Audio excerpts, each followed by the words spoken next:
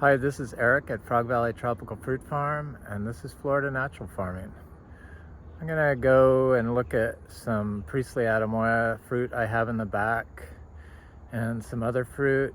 I'm gonna talk about pollution and agricultural systems, some other stuff. I really didn't have a topic to discuss today, but I read a bunch of stuff and got influenced by stuff that people sent me and stuff like that. So we are basically a closed loop agricultural system, and we grow naturally, and basically our only input is from our miniature zebus. They're like indigenous cow of India, but this is the American version. It's as close as I can get to a miniature cow from Hindustan. And this is our little bull calf, Romy, and he's just such a star. We've had him out with the big cows and the bull, and he gets along just fine. Him and his mother are really good friends. She doesn't allow him to nurse, thank God, but she really loves him, and he's just such a good little boy. And I try to lead him every day. There's a couple times I haven't done that, but I lead him and tie him up here under this jackfruit tree and while I make videos, and he's just really good. So that's what we use for our input for our fertilizer here, and it really makes stuff fruit and grow. The first time I ever used it, I noticed that all the trees that I would like, well, most of the trees that I would like to fruit started fruiting, like the Charichuelo and the Garcinia madruno. I believe the Garcinia madruno had started fruiting before, because I found fruit that had been on the tree from months earlier that was just dried and brown. So that had started fruiting, but this is a Garcinia humbromiana. There's so much confusion with the Garcinia names. The seashore mangosteen, it's like two different species, but they call this one the seashore mangosteen, and this is a male tree. And in the humbromiana, the Garcinia humbromiana, you need to have a male and female. We have a female tree, and we have a male tree. Here's another Trinitoro cacao seedling, or something, dry farm. So I could tell that this is suffering from a little drought stress, because it's looking a little wilty, and some of the lower leaves are turning yellow. But I know this tree has been in the ground during times of drought, and that's just, you can't expect the tree to look perfect all the time in a dry farm system. And I haven't noticed deaths from anything from drought here that I can think of offhand.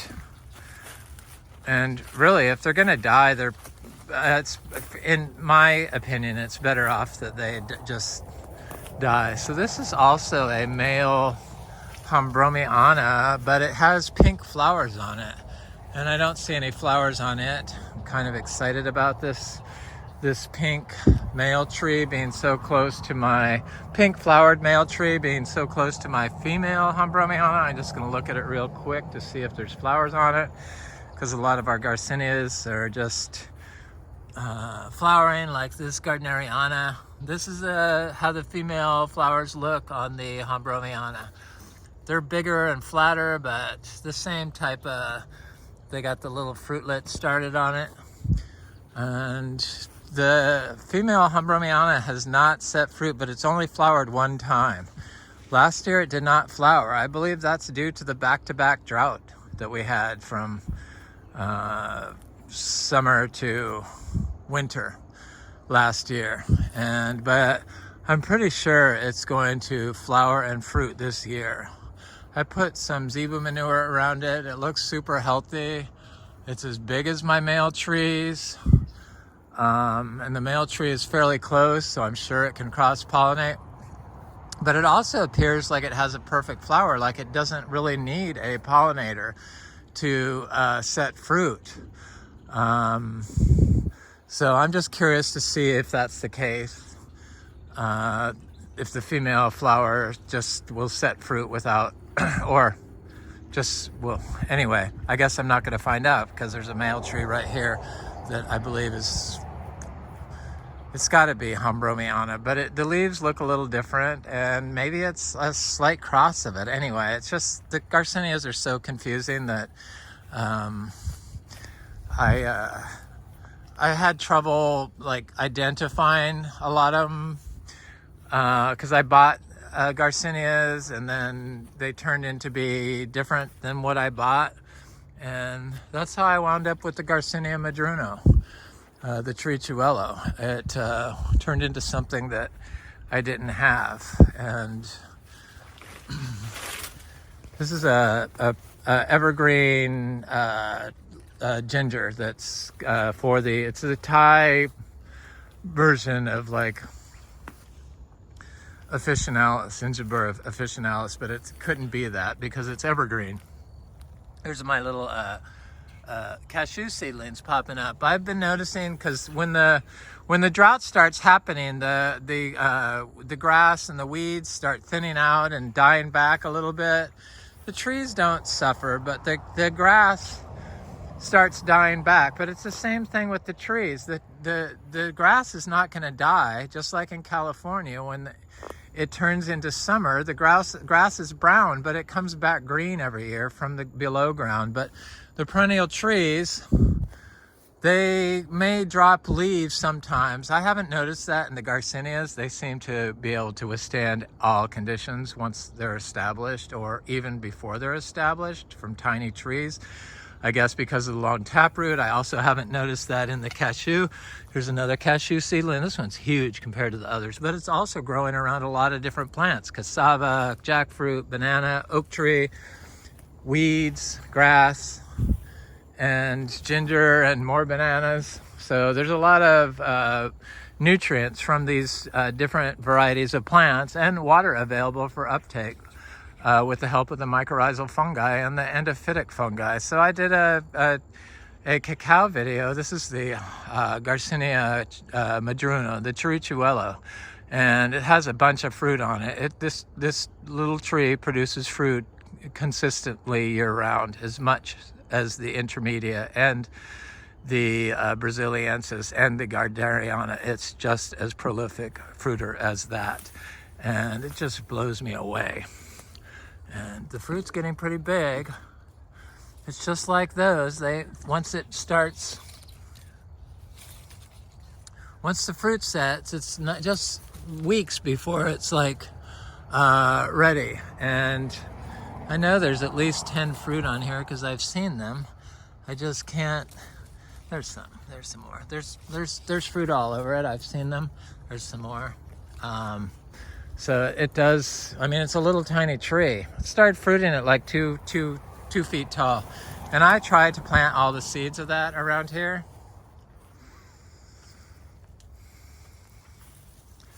I got sidetracked on what I was saying. Gonna walk through here because this is like an area where I don't usually walk generally, that I have little seedlings planted, but I also see a pepper tree growing, which I pull out of the ground. Look at how rich and dark our soil is. It's looks very wet, doesn't it? I pull up pepper trees. They're a maintenance nightmare for me, and I just don't want to deal with them. Here's some more of that evergreen ginger, and here's a nitrogen fixing guanacas tree, which I don't think I really want too many of those because they just get so big. And I have fruit trees like this orange sherbet mango here that I would rather be the primary tree, so I do my chop and drop on them when I walk by.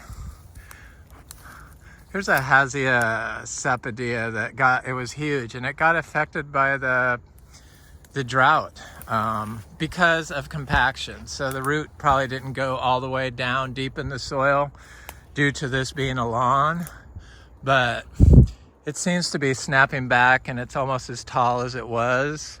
And that's the only one that got affected by the drought of the sapodeas. And I love sapodillas, but they're a little too sweet. And here's the orange sherbet mango. I guess that was a Super Julie mango that I said before, but I know this is orange sherbet. They're super producers. I keep hoping I see some Charichuelo in here because I know there are some. I've seen them. These are Black Sapotes. I thought this tree had a bunch of fruit on it, but I really don't. Oh yeah, there's some fruit on it, but they're not ready yet. In the past, that tree has been a super producer. Here's a little guava. Not sure what this is. It looks like a red one because it has the reddish stem, so it could be the Indian red guava. Not the red leaf one, but the Indian red guava. Look at this mess of sugar cane, and there's an Charichuelo tree right there, a fairly large one. It's like 6-7 feet tall. And there's other stuff in there, and I'm going to try to go through that mess. I'm going to like exit this way and go over and look at my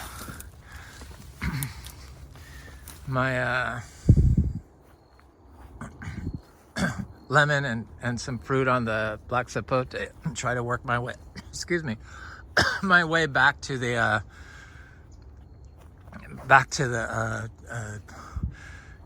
Priestly Atemoya. Here's a big, huge guava that has fruit on it, always has fruit on it for the most part.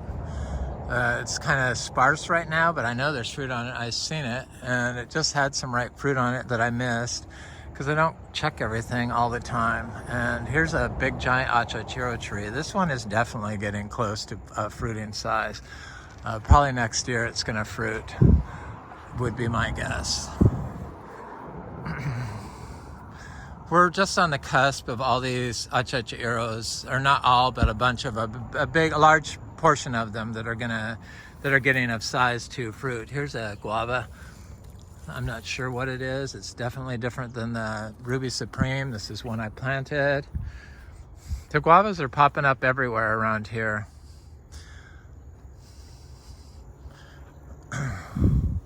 This is a patamba.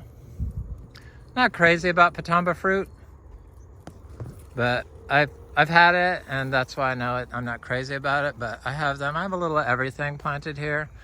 And so I was going to talk about micronutrients. People apply micronutrients, and purchased micronutrients have been shown to be a source of heavy metal pollution. So there's higher amounts of lead and cadmium and arsenic, copper in micronutrient fertilizers. So here's my Micco lemon, and they're getting very close. They're starting to ripen up. It really is like a bumpy type lemon, similar to the bergamot lemon, which is amazing. But they look good, and this is a really good lemon of our own design. It's a seed grown lemon from our fruit trees at our beach house, and it's healthy. It doesn't seem to like the sun a lot, but it always produces really nice fruit. It never drops, and usually there's tons of fruit on it. But when this flowered last year, it was like during the drought, or last winter, and it was the worst drought we had ever had in the winter, and it was after a summer drought, which we'd never had before. And so it had months and months of no water. But last year it had so many fruit on it that it was just insane. So here's our Black Sapote. This is a Reineke Black Sapote. They're not ready yet. Here's a seedling Black Sapote. So the micronutrient fertilizers contain heavy metals, which when applied, they get uptaken into your fruit. So lead is not a good thing to have in your fruit. And here's another Micco lemon. They get leaf miner on them. But the fruit is always good and delicious on these trees. And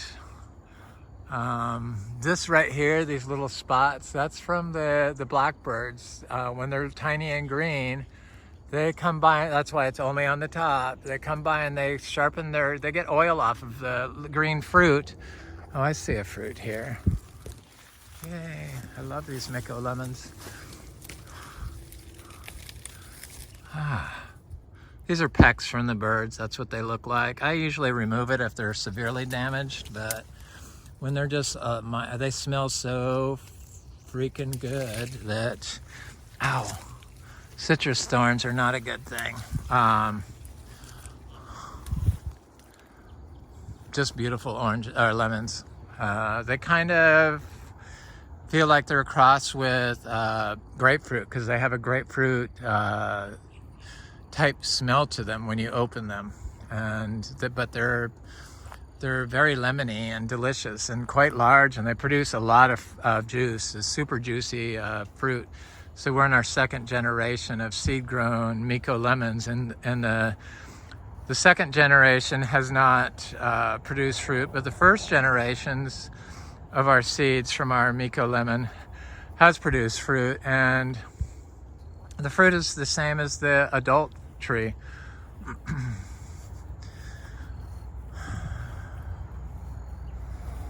So also, our mangoes, we planted like 400 mango seeds this year. Look at this. This is one of those cashew seedlings, and I'm seeing them pop up now. There's another Micco Lemon. Here's a Micco Lemon. I plucked all the fruit off these because the birds just really got it, but I missed one here that never got damaged by the birds. And here's an all-summer mango. Here's an orange sherbet mango. They're looking good. I need to get the manure on them before December so that it'll be 120 days before I start selling fruit after applying raw manure. That's a rule. So that's our input. And this was never a citrus farm, and it was never a farm. It was always a lawn. But the back 5 acres was a horse pasture. So it was everything was super compacted when we moved here. And it was really hard to get stuff to grow. Nothing would grow even in the lawn. So I started doing biodynamic sprays. We are not biodynamic certified, nor are we organic certified, but I was at one time. And I believe in the biodynamic preps, mostly the 500 definitely, and the pit manure that they make, compost they make from the manures. Here's a big guanabana tree, and I'm trying to look for the little mangoes on the fly here as I'm walking, but they're really hard to see. But I do see them, but I forget where I saw them at, and I'm trying to, oh, there's one right there. I see a little mango. I'm going to try to step in here. Hopefully there's nothing here, but it's right here. It's a little seedling mango from this year, and I'm pretty sure that that's a juicy peach, or a peach cobbler mango. It was one of my favorite mangoes. Kezar, I think, was my favorite mango this year, but peach cobbler could have been my favorite. I mean, I can't really remember exactly, but I only had a few Kezar mangoes because I think I only have 2 trees of that. But I had lots of peach cobbler mangoes, and it's one tree that I coveted the most, the fruit from. And wanted to plant all the seeds because it's polyembryonic, and so that's what I did. And then my friend Frank wanted some, so I gave him a bunch of seeds. So all this farmland that people are farming on, and especially the farmland that was once industrial, that they converted to organic and then covered with plastic, is all highly polluted with forever chemicals. And whether you believe it or not, that's the case. And everything that you purchase outside your farm or outside your own ecosystem has the potential to pollute, and that was the case with the fertilizers. They're made from sewage sludge or industrial waste, which is a known source of forever chemicals. So they figured 20 million acres in the US is polluted with forever chemicals, and those are the chemicals that never break down, that stay in your, and they build up in your system, and they're known endocrine disruptors and carcinogens and you name it. And then bottled water, which they've always said was safe, turns out isn't safe. It has microplastics in basically all bottled water they've tested, plastic bottled water. And that was a big mulberry, the world's best mulberry, a cutting I did. It's looking quite large. I like mulberries. We have 4 different types of mulberries. They're a gift from my friend Frank. This is a santal tree. So bottled water has microplastics in it. Microplastics contain heavy metals, and because they use heavy metals in the production of plastic and polyethylene and polypropylene. And so if you're using plastic containers to grow tropical fruit trees in, it's probably not very good, because first of all, the microplastics break down, colonize the root, and prevent the uptake of nutrients and water in your tree. And the tree will uptake the microplastics, and the microplastics contain forever chemicals. And then you put fertilizers on that aren't like of your own making from organic sources, which aren't always the best because of the plastics that people use in organic farms as mulch. And so they break down and go in the soil and wind up in your food. So when you use them as food scraps, you're inadvertently applying microplastics to your compost, and they contain all these toxic compounds, forever chemicals and heavy metals and stuff like that. So PBFs and PBAs and PBSs. It's just scary that we've gotten to this point where we polluted almost everything, and there's really no safe harbor.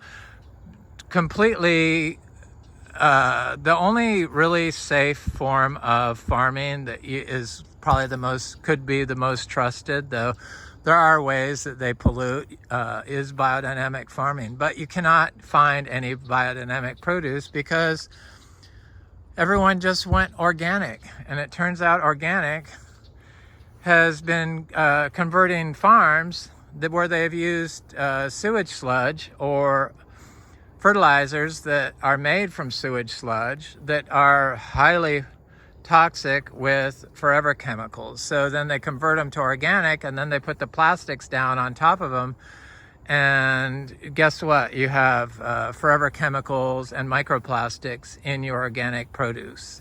There's no getting around it. And Florida and California have the most acres of, and Illinois, I think, have the most acres of polluted farmland due to reclaimed water, which is another source of forever chemicals. It's just all very sad, and I'm thankful that this farm was never a orange grove or a citrus grove, because citrus groves and orange groves and anything citrus in Florida just means that it's probably highly toxic soil. And I'm glad that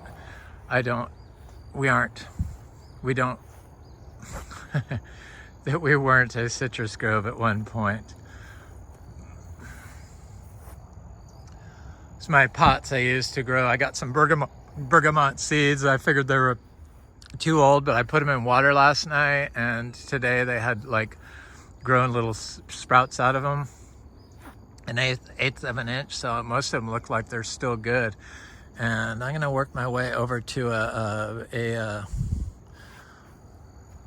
working my way up to the Atemoya that's in the back, and I'm gonna go look at the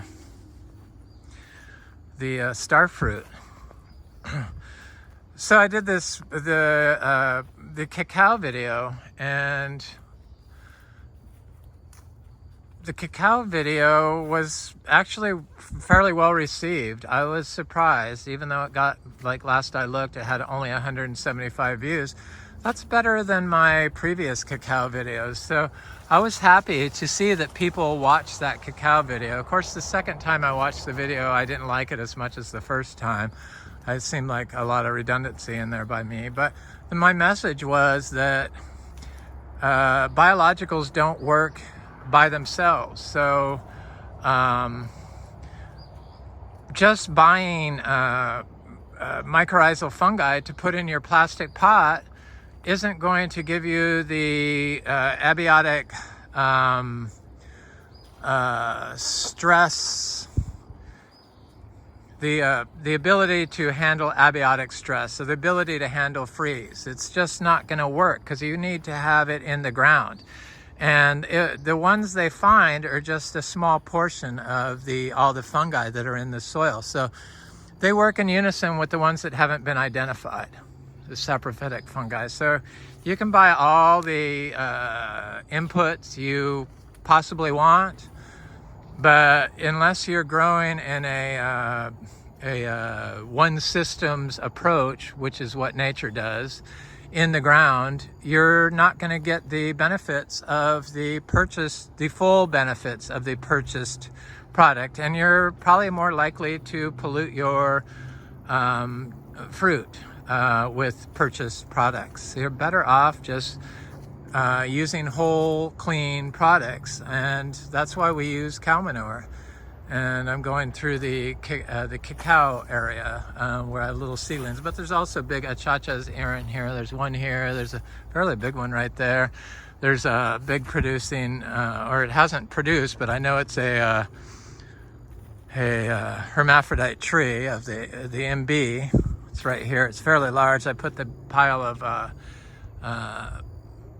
daily manure right there. It's mostly grass hay, which had been approved for my organic certification as an input to feed the cows, and even the biodynamic allowed it. So I had to get an exception because you're supposed to grow all your own stuff, but if I left the cows out 24 hours, I wouldn't need to use it. But because I lock my little miniature zebus in the barn at night, I have to, so there's a big achachero tree right there. Since I lock them in the barn at night, I have to give them something to eat, and we don't grow hay here because most everything is used up in a fruit tree property, or it's being left fallow for planting fruit trees in. I try to plant seeds now from our own fruit, so all of our achachero, and I planted a lot of our Imbe from the first crop we got this year, like more than 200, probably a lot more than that, but I know of at least 200. And that was an achachero also. We have about 500 achachero of varying sizes, and we got them from all different people, from all different areas of the globe. There's a 1-year-old cashew seedling. I should go walk by that cashew tree. I'm gonna go over to this.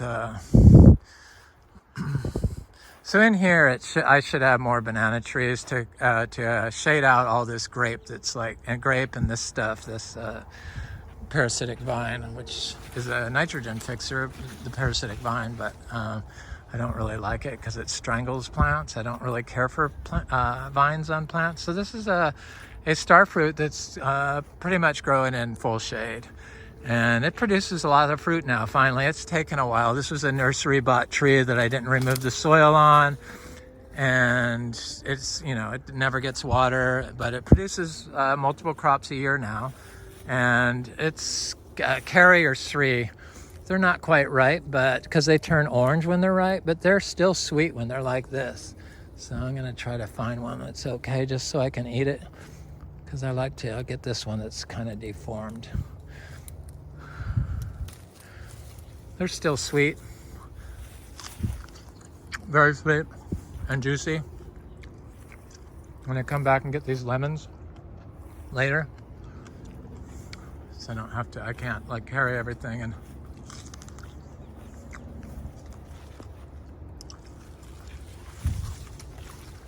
so I need to get some more bananas through here and shade out this stuff and plant some citrus in there. Maybe I'll do my bergamot in here. There's some citrus, I'm not sure what it is. We have like 12 different types of citrus, 13 now that I got my bergamot. Hopefully they will germinate once I plant them. And we plant them all in compost. I start them in compost, and then just the compost we make. And it's made from our daily manure, so it's just aged compost. Here's a little seedling mango that popped up.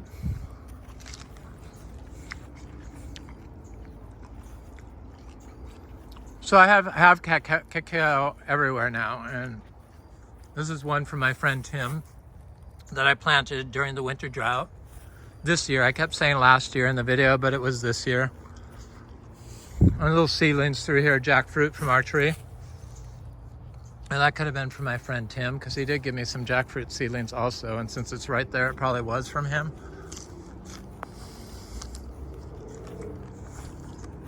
This is just a mess in here. But I see a guava seedling over there, and I know there's achachiro in here. And there's definitely lukes in here. I really don't like the grapes. Here's a big lukes right here. It's getting new growth on it. We have about 100 lukes trees grown from seed, direct sown. I put a daily manure. That's what it looks like. That's a recent one I did for this mango. There's a citrus, and there's a little cashew. Here's a white sapote and pigeon pea. So here's this little tree has made the most money of any fruit tree on our farm. It's amazing. This tiny little tree made $2,600 in 2023. It's just, I mean, it's really amazing. It's an amazing tree. This is my daily manure I put next to it. I even green these Cary starfruit are sweet. Our fruit is very sweet and flavorful here. I have one little Imbe left. I see. This is like of size I would not sell. It's too tiny.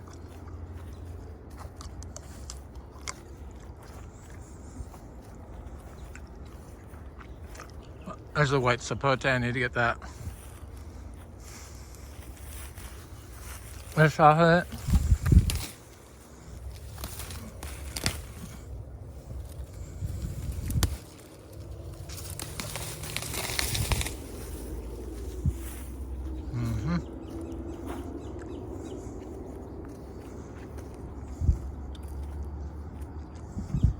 There's a big santal tree right here. It's easily 20 feet. And santal is one of those trees that they say you couldn't grow in this zone. But not only can you grow it, but you can dry farm it. So my video on cacao wasn't necessarily a dry farming video. That's just how we grow. I just am showing it to show people that dry farming in Florida is super easy. There's another santal tree, and it doesn't affect fruit production. I've shown that in my mangoes, and probably the thing that affects the tree's growth the most is soil compaction, because for some reason in Florida they fail to understand that you can't mow these cropping systems with heavy equipment.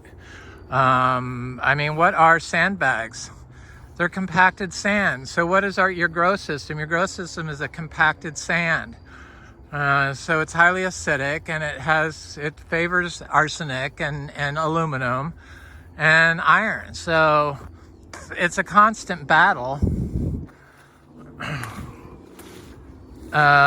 with inputs when you do something like that to get your tree to grow. And a lot of times what they do is they use liming compounds. Liming compounds, it turns out, are as bad as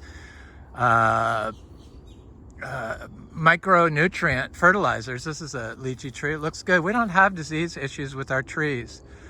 You don't have disease issues when you have a healthy environmental situation for your tree to grow in.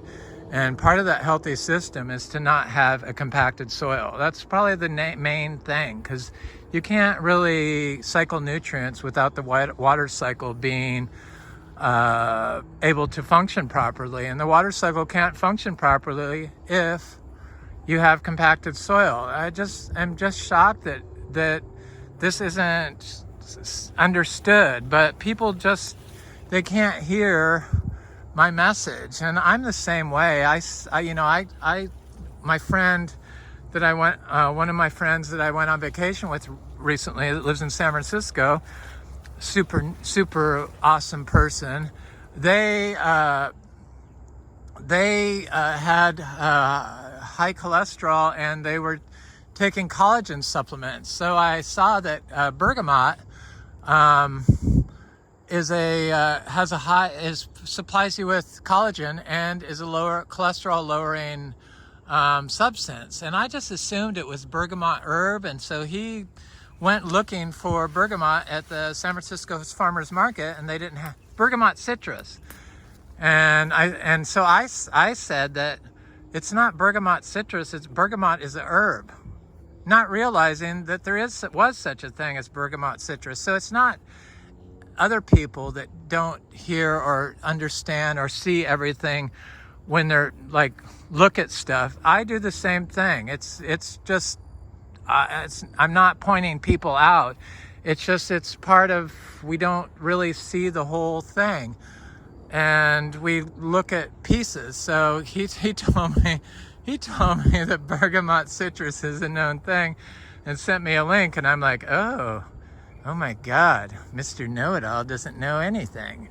But yeah, I don't know anything. I make mistakes just like everyone else. I'm just trying to share my experience and my understanding of what's going on. It's not that it's the right way. It's just the way that I see can work here in Florida. And it's the way that modern science is telling us we need to figure out how to grow in naturalized systems with nature, in unison with nature. And so that's why I do these videos, and I make mistakes, and I ramble on sometimes, but it seems to be working here. And because of that, the pepper trees, sorry, I share my experience. Here's lychees. I really should give them some daily manure, because I noticed my lychees that I've given daily manure to, they are a lot bigger than the other ones. I'm almost over to the Priestly Atemoya. Here's a mango. So I was watching Sad Guru, because I like watching his stuff, and he said that eating a mango leaf a day is, sorry, little tree, very healthy for you, for your digestion and a bunch of other stuff. If you've been spraying copper on your mangoes, not a good idea. Or if you've been using salt-based fertilizers, probably not a good idea either. Or water being a source of, they're kind of tart and nasty, but they're kind of hard to chew. But that's the first one I ever ate. Maybe I should have got a younger one. But how water is distributed to the trees through plastic tubes is a source of microplastic pollution to your tree that your tree is going to uptake. Well, we just got to look at everything we've been doing. And in Florida, the reason why you're having to water is because your soil is compacted, would be my guess. Or if you're in Miami on rock, then you probably have to supplement water, I would guess. If you don't have a big, deep sand base like we do. So these are cotton candy mangoes. They're looking good. I'm kind of surprised they don't have new growth on them. This is a buttercream mango. So this tree is going to be 4 years old. Never been watered. This is a buttercream mango. This might be a sweet tart actually, and this is a buttercream, I know, because this produced fruit. This tree produced 3 separate crops this year, and it was fruit that was on the tree last, but of course I waited too long and the creatures got it, They just can't help themselves. But the fruit on this from the second crop that was flowering the same time, it flowered the same time as the sweet tart. The fruit tasted like it was half sweet tart, half buttercream. So I planted those seeds. This is one tree that got affected by the freeze. That's why it's so small. So when we got 31 degrees, some trees got froze. Very few of them, but some of them did. Wherever there's like open space between the mangoes, that's where the trees froze. There's not a lot of big trees around here, and this was where it was horse pasture. I have since been trying to plant cashews and other things in here. I don't really see any coming up through here, but I know there probably are some.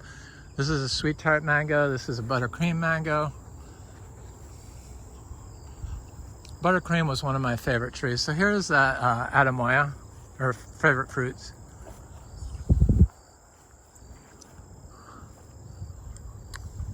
Atemoya is one of my favorite fruits too. And this is very late in the year for us to be having Atemoya. They're not really ready yet. And there's only about 4 fruit on it, but I see this tree is already dropping its leaves. Probably from drought stress and maybe a change in the light and the coolness at night, probably. But probably drought stress is the biggest problem it's having because it has fruit on it. But this tree had been tipped over. It was huge. It grew out this way. It always had fruit on it growing that way. And it finally set up this branch. So this branch is like a new branch that it put out within the last year to upright the tree. The part that grew along the ground, the weeds overtook it, and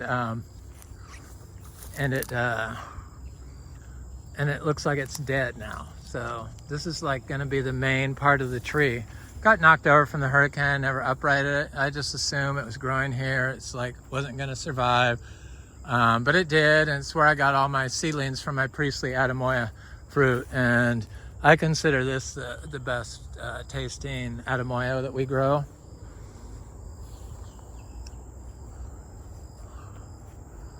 Anyway, I can't wait till those ripen up.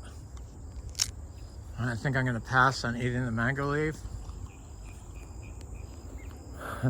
That's my video today. This is Eric at Frog Valley Tropical Fruit Farm, and this is Florida Natural Farming. I hope you have a wonderful day.